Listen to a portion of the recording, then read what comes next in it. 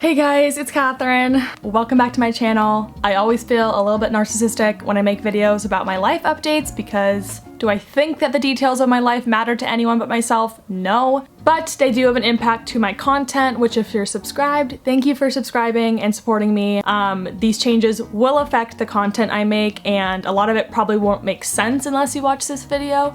So I'm just gonna clean the plate or run it all down for you because some changes are afoot. I'm pretty sure everybody watching this has had some monumental shifts in the way that you approach your entire year, maybe the next few years. Like, it's absolutely insane to me on a macro level, like how much everything is changing. So if you have life updates, big things changing in your life, like please leave them in the comment section. I genuinely am so nosy and curious. I love whenever I get to hear where you guys are at. So if you have any nice juicy or not life updates, leave them below. All of our shit has been shaken up all over the place. So basically, my manager told us that we should plan on not going back into the office until 2021, which feels like forever in the future, but it's literally already June. How?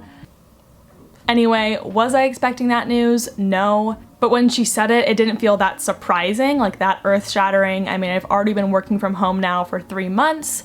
I'm in my parents' house, for those wondering. I haven't been in my apartment for 3 months. Overall, it's just a more functional work from home environment, which is now like almost one of the most important things about, you know, our living environments for those of us that are working from home. But like, we've seen Twitter, Shopify, Facebook all make announcements about how the future of work is literally changing. Like, it will never be the same. Like, it will never be the default to go into an office. Like, every company's gonna have the choice to decide, are they gonna pour money into physical office spaces or are they going to shift to remote work? I don't know where my company stands yet. Who knows? That's beyond my pay grade. The only information I had to work off of was that I was not gonna go back into the office at least until January of 2021. I was kind of expecting like sometime in the fall, and my whole living situation hinged around when my office would reopen because I typically go in the office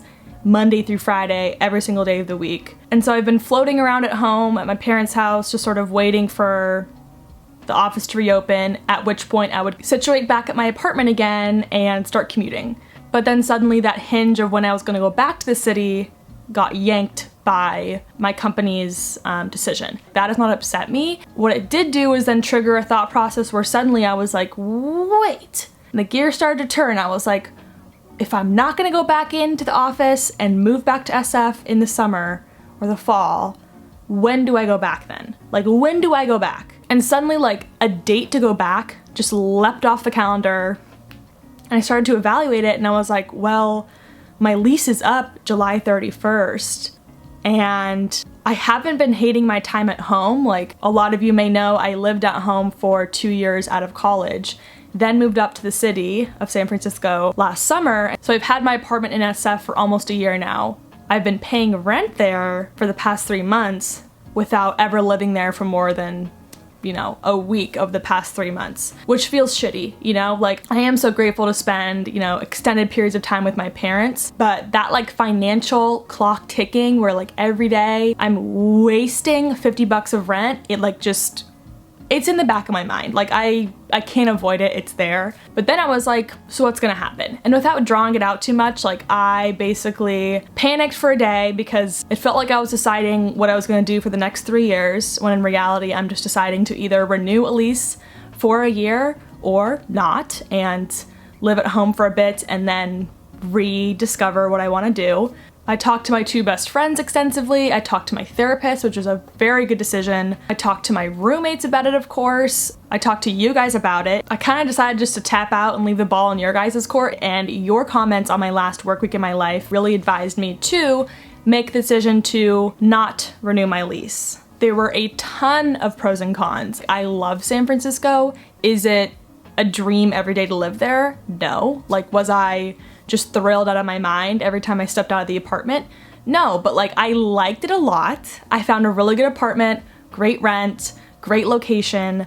You know, I started decorating my room. My roommates were super like healthy, functional, clean, like nice, fun. Like everything was quote unquote good. There wasn't like a huge negative. It was just that I was like, if I'm gonna be there in the apartment 40 hours a week, working from home, like it has to be a really, really conducive environment, because working from home, like even though it sounds relaxing, for those of us that have done it, like you can get really burnt out, and it can get really exhausting because you work on average 3 hours a day more than you would if you went into the office. And so like suddenly it really matters where you live, because that's where you exist for those of us that have pushed out office dates. It boggles my mind that some people are going into the office right now as I film this video in other states. Like that, literally, I think about that and my mind melts, because my reality could not be more different. So I know that I might be in like a bit of a unique situation. I don't want to speak for everyone, but I think a lot of us are starting to realize how important it is to set yourself up for success at home. And my apartment just was not that place. Like I didn't have room in my bedroom for a desk, which means that all of my calls were in the common area, and all of my roommates' calls were in the common area. We were all competing. It's a very echoey, small apartment. The walls are thin. You know, there was no set workstation. Like every day I had to reset up everything. Like I'd be in the kitchen so people felt uncomfortable making lunch while I was on calls. Like I did that for 3 weeks and then came home and realized that here it just worked better for a myriad of reasons. So suddenly I was thinking about my living space more as a home office than I was a home, and that's kind of how I made the decision.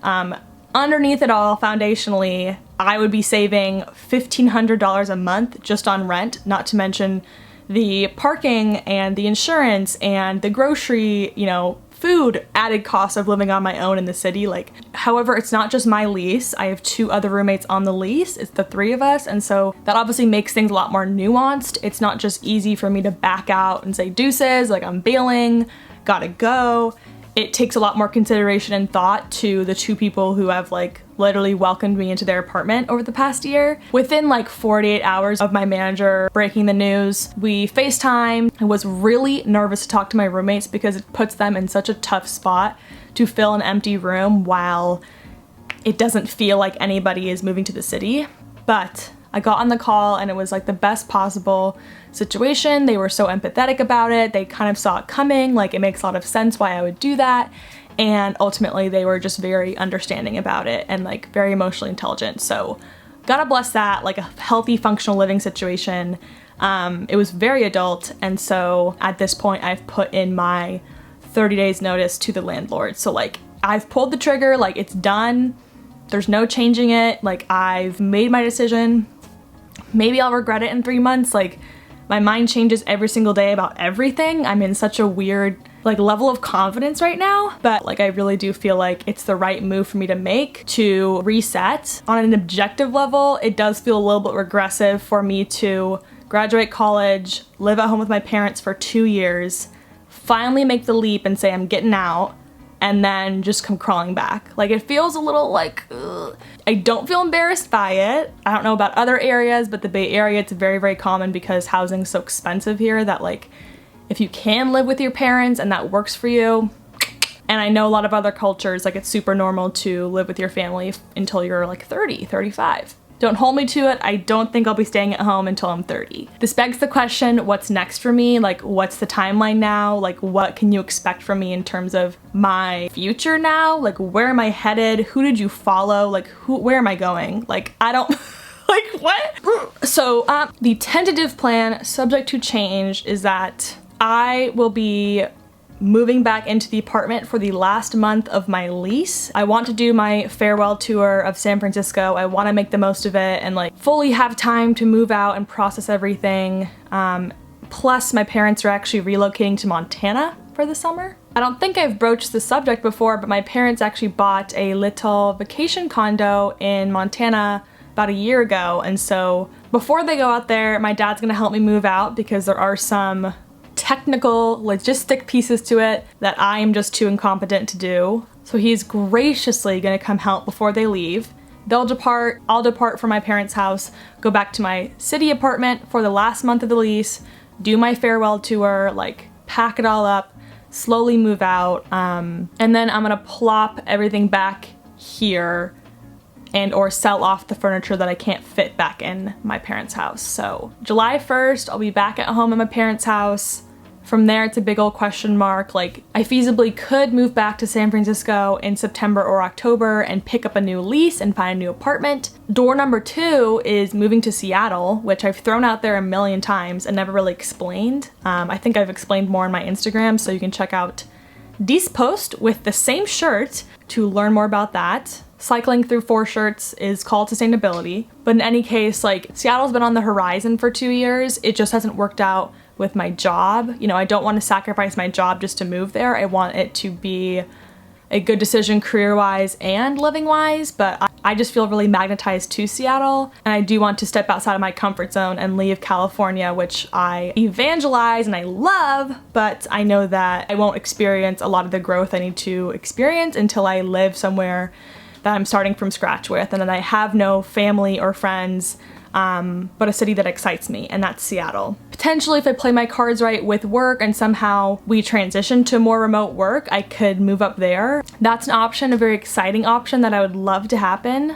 And then the third option is living with my parents for just like a lot longer, like not trying to move back up to San Francisco the second that my job starts back up in the office, if that happens, and just plunking down here and just prioritizing my savings again until I feel that I need to break free. I should also mention that my sister got into grad school at the University of Washington, UW, in Seattle. So yeah, she'll be up there, so I could potentially like bum around with her for a while. As you can tell, my brain's just swirling. I'm sure a lot of your brains are just swirling, but I thought I'd swirl with you guys instead of against, and just like show you the inner machinations of my mind. And emotionally, like, all this change has definitely taken a toll on my level of security. And I have felt a lot more just like insecure and in the balance and in the shuffle, like whatever phrase you want to use. I've lost a bit of confidence. I don't know if any of you relate to that. I haven't gotten to the bottom of like exactly how to piece that all together, but I just want to let you guys know that I'm not placing the expectation on anyone that they should have their shit together right now, because that's just not fair. So hopefully you're in the same sort of mindset with me and you're along for the ride. I mean, this does mean some exciting content, like some move out content, some move in content. Like, I also realized I never really vlogged in San Francisco. I feel like a dumbass for never like actually taking my vlog camera out on the weekends. I just never thought you guys wanted to see that, but I definitely will be making some farewell tour content and some like childhood bedroom redesign content. So my life is shifting with it. I'm trying to roll with the punches and just take what's given to me with grace and give myself grace. Haven't been doing a lot of that lately, but yeah, like, the seed of it is that yes, I will miss San Francisco. You know, it was a wonderful experience. It's still 45 minutes away, so when the city reopens, I can still drive up there. And I could not make this video without acknowledging my immense level of privilege to have a family that will take me back in, that I still have a childhood bedroom to go back to. Maybe it was a tad ridiculous to make a whole video on this, but when I was evaluating all of this, I love to hear from people in similar headspaces, so I'm just putting it out there. If you were invested enough to watch this video, I would love it if you hit the notification bell. Thumbs up this video if you think I'm a monster, and I'll see you guys all next time. Thanks for watching. Katherout.